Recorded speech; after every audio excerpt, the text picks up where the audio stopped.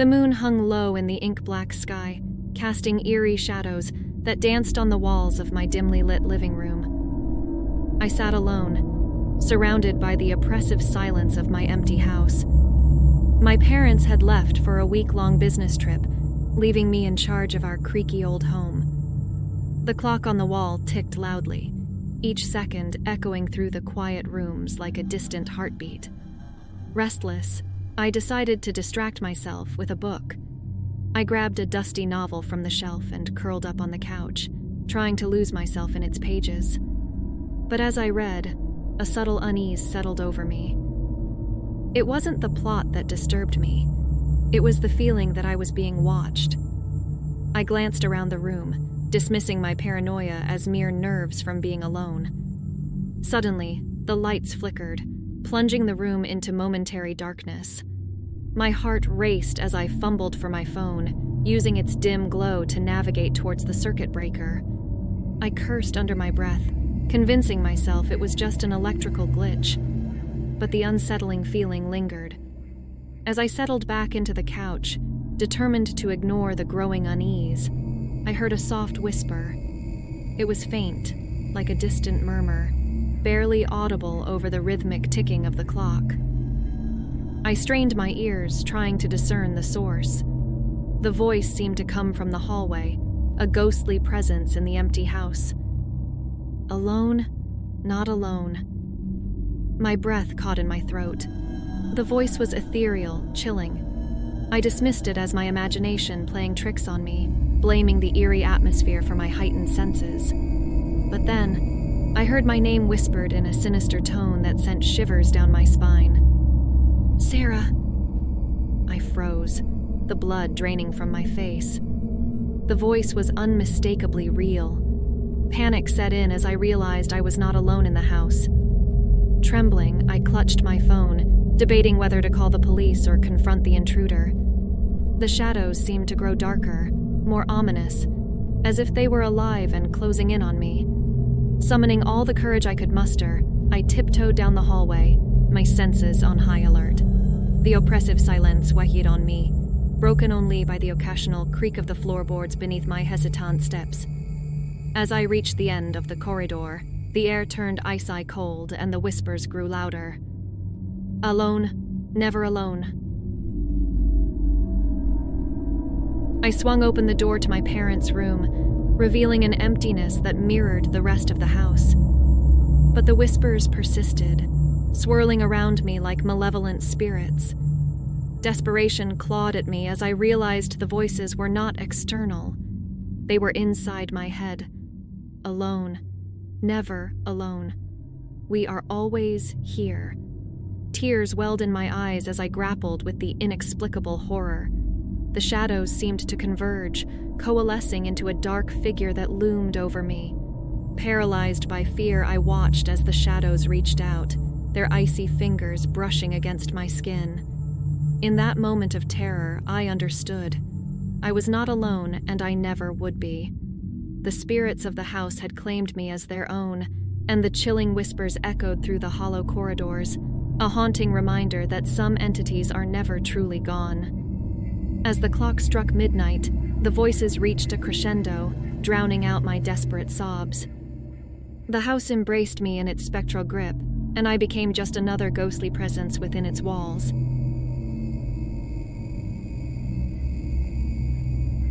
The night hung heavy around me, and the solitary hum of the house accentuated my aloneness. My parents were attending a dinner party, leaving me to fend for myself in our quiet suburban home. The evening began uneventfully, with me glued to the soft glow of the TV, trying to drown out the eerie silence. Little did I know, the night was about to take a chilling turn. As I lounged on the couch, the phone rang, shattering the stillness. I glanced at the caller ID, expecting it to be one of my parents checking in. Instead, an unfamiliar number stared back at me. Hesitant, I answered, and a gravelly voice on the other end asked for my father by name. "Sorry, he's not here right now. Can I take a message?"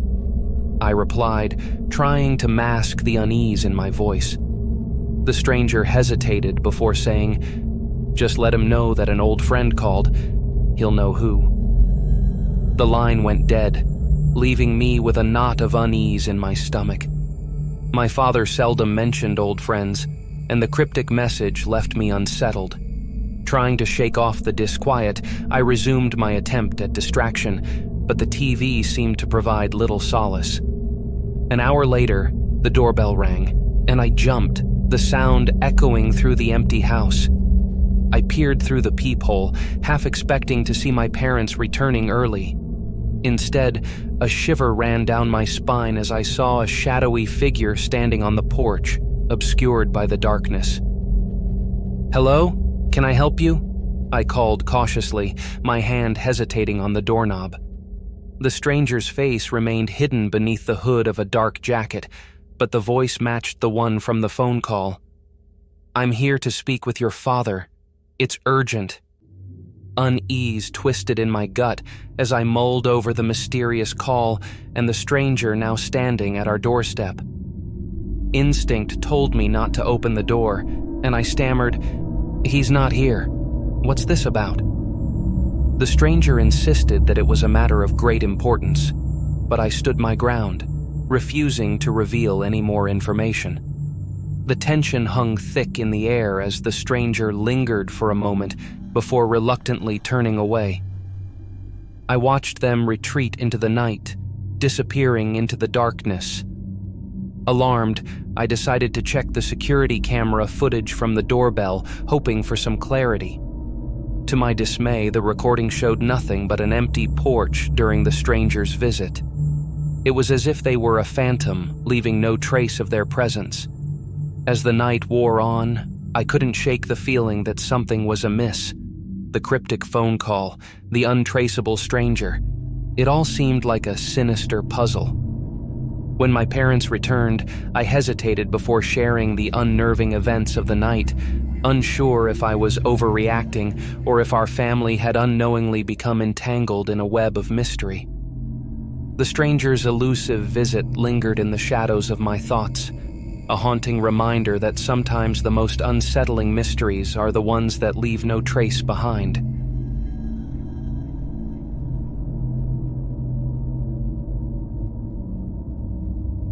The night settled around me like a heavy cloak, and the absence of my husband's laughter and warmth left the house feeling emptier than usual. He had gone out for a night with his friends, promising to be back before midnight. I decided to spend the evening alone, catching up on a book I had neglected for weeks. The quiet solitude was a welcome change until an unexpected visitor shattered the stillness. I was engrossed in the novel when I heard a soft knock at the door. Puzzled, I checked the time. It was late, and I wasn't expecting anyone. My heart quickened as I cautiously approached the door. Through the peephole, I recognized the face of a longtime friend, Michael. Confusion mingled with concern as I opened the door, wondering why he would be standing on my doorstep at this hour. "Hey, Sarah.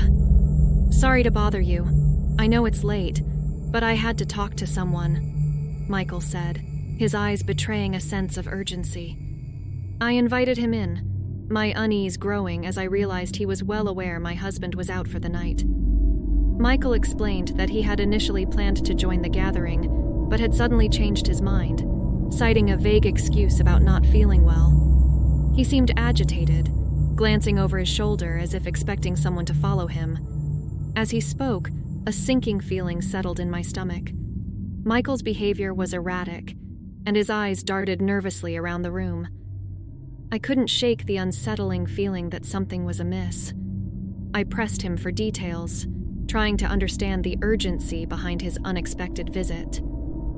"I overheard something tonight," he confessed, his voice hushed. "Something about your husband and his friends, something dangerous." My mind reeled as Michael relayed a cryptic conversation he had accidentally overheard, hinting at a potential threat to my husband. Fear gripped me, and I struggled to make sense of the information. Michael implored me to call the police, convinced that my husband was in danger. As I reached for my phone, the air thickened with tension. Michael's demeanor shifted, and I noticed a glint of something unsettling in his eyes. It was then that I realized he wasn't here out of concern for my husband. He had a darker agenda. Panic surged through me as Michael lunged forward, attempting to seize my phone and silence any potential interference. Instinct kicked in, and I fought back, scrambling to dial 911. The struggle was intense, the quiet house now echoing with the sounds of our struggle. With unexpected strength, I managed to break free and make the call. Within minutes, the police arrived, apprehending Michael before he could escape. They uncovered a chilling plot orchestrated by someone my husband had considered a friend for years. The revelation left me shaken, the trust I had placed in those closest to me shattered. As the police led Michael away, I couldn't help but wonder how well we truly knew the people around us. The night, once a canvas of peaceful solitude, now bore the stains of betrayal and danger. My husband returned home safely, oblivious to the peril he had narrowly escaped, and we faced the unsettling truth that darkness could lurk even within the circle of those we thought we knew best.